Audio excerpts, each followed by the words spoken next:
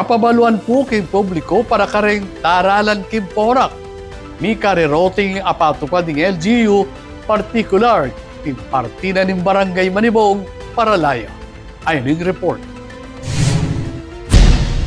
Papabalo ng lokal na gobyerno ng Porac na mag-umpisa king July 11, 2025, alas 8 ning abak, ipatupad rin bayong traffic rerouting scheme king Aguas Subdivision, king Barangay Manibaog, Paralaya, lalam ng Executive Order No. 2, Series of 2025. Iba't king amanuang petsa, ing main gate ng Aguas Subdivision, magini ang exit only, mga intularan na enelamalyaring lungobreng sa Kenketi. Anya, abisuan na rin hanggang motorista na dumalan karing alternatibong entry points kalupa ng access road papunta king Barangay Hall na ning Manibaog, Paralaya at San Pascual Street.